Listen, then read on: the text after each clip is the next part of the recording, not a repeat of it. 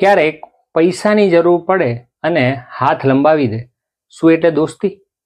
ક્યારેક આંસુ સરકતા હોય અને ખભાની જરૂર પડે એટલે દોસ્તી. ક્યારેક માર્ક્સ પરીક્ષામાં ઓછા આવ્યા હોય અને આપણી ભેળા ભેળા જ એ વ્યક્તિ દુઃખી થાય ત્યારે એ થાય દોસ્તી. દરેક વ્યક્તિ માટે દોસ્તીની વ્યાખ્યા અલગ અલગ હોય છે. દરેક વ્યક્તિના દોસ્તના જીવનમાં પણ દોસ્તી ખૂબ અલગ અલગ જોવા મળે છે.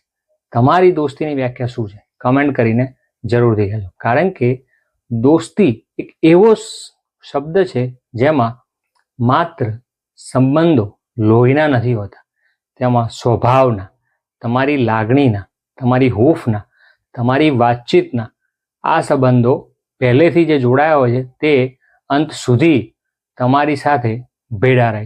એમાં લોહી ક્યારે વચ્ચે આવતું જ નહીં. ખાલી તમારી લાગણી અને તમારી વાતો, એ નાનપણની હોય કે મોટાની, હંમેશા એક દોસ્તને યાદ જ રહે છે.